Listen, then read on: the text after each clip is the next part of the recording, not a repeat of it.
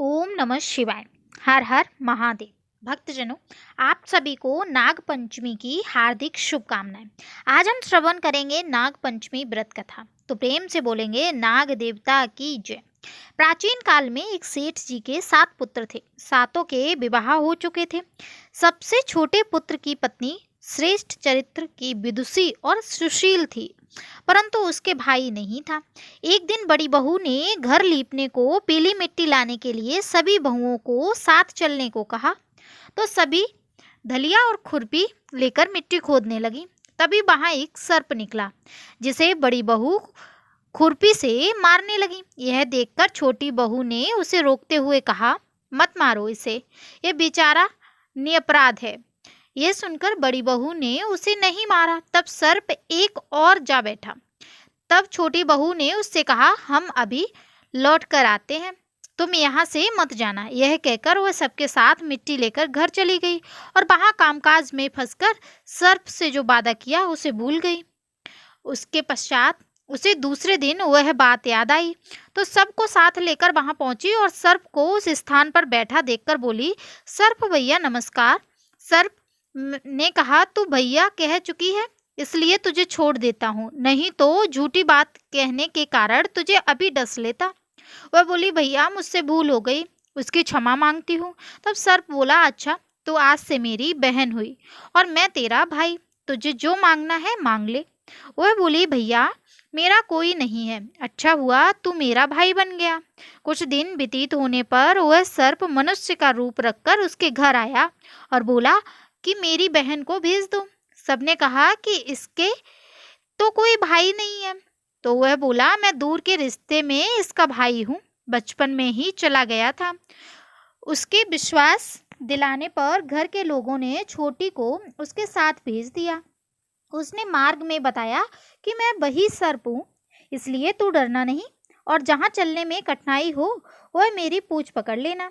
उसके कहने पर उसने वैसा ही किया और इस प्रकार वह उसके घर पहुंच गई।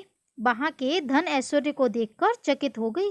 एक दिन सर्प की माता ने उससे कहा, मैं एक काम से बाहर जा रही हूँ, तो अपने भाई को ठंडा दूध पिला देना। उसे यह बात ना रही ध्यान में और उसने गर्म दूध पिला दिया, जिससे उसका मुंह जल गया। यह देखकर सर्प की माता बहुत क्रोधित हुई, परंतु सर्प के समझाने पर शांत हो गई। तब सर्प ने कहा कि बहन को अब उसके घर भेज देना चाहिए। तब सर्प और उसके पिता ने उसे बहुत सा सोना, चांदी, जवाहरात, वस्त्र, आभूषण आदि देकर उसे विदा किया और उसके घर पहुंचा दिया। इतना ढेर सारा धन देखकर बड़ी बहू ने ईर्ष्या से कहा, भाई तो बड़ा धनवान है, तुझे तो उससे और भी धन लाना चाहिए। सर्प ने यह वचन सुना तो सब वस्तुएं सोने की ला कर दे दी। यह देखकर बड़ी बहू ने कहा, इन्हें झाड़ने की झाड़ू भी सोने की होनी चाहिए। तब सर्प ने झाड़ू भी सोने की लाकर दे दी। सर्प ने छोटी बहू को हीरा मणियों का एक अद्भुत हार दिया। उसकी प्रशंसा उस देश की रानी ने भी सुनी और राजा से बोली कि सेठ की छोटी बहू का हार यहाँ आना चाहिए। राजा ने मंत्री को हुक्म दिया कि उससे वह हार लेकर शीघ्र उपस्थित हो। मंत्री ने सेठ जी से जाकर कहा कि महारानी जी छोटी बहू का हार पहनेंगी, वह उसे लाकर मुझे दे दो। सेठ जी ने डर के कारण छोटी बहू से हार मांगकर दे दिया। छोटी बहू को यह बात बुरी लगी।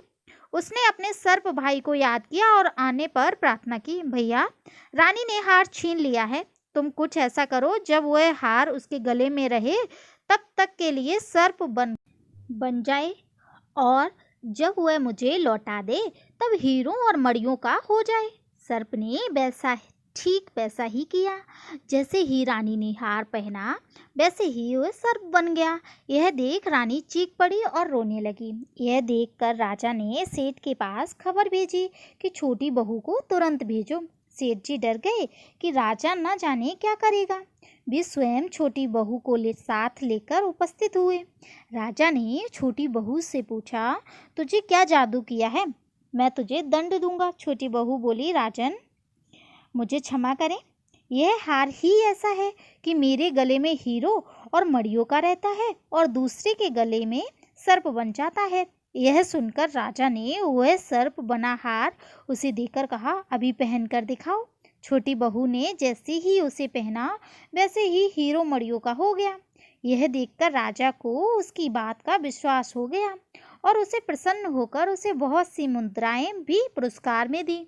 छोटी वह अपने हार और इन मुद्राओं सहित घर लौट आई। उसके धन को देखकर बड़ी बहू ने ईर्ष्या के कारण उसके पति को सिखाया कि छोटी बहू के पास कहीं से धन आया है।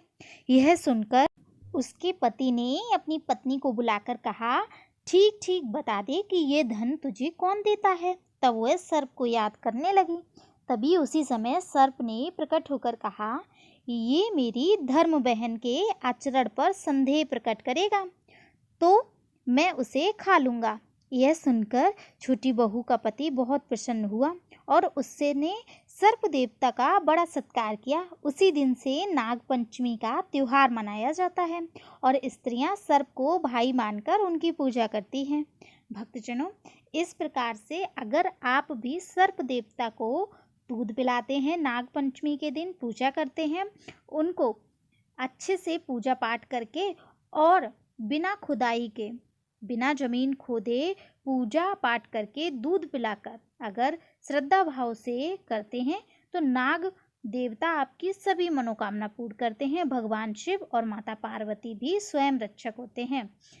तो भक्तजनों, प्रेम से बोलेंगे नाग देवता की जय। भगवान देवों के देव महादेव की जय।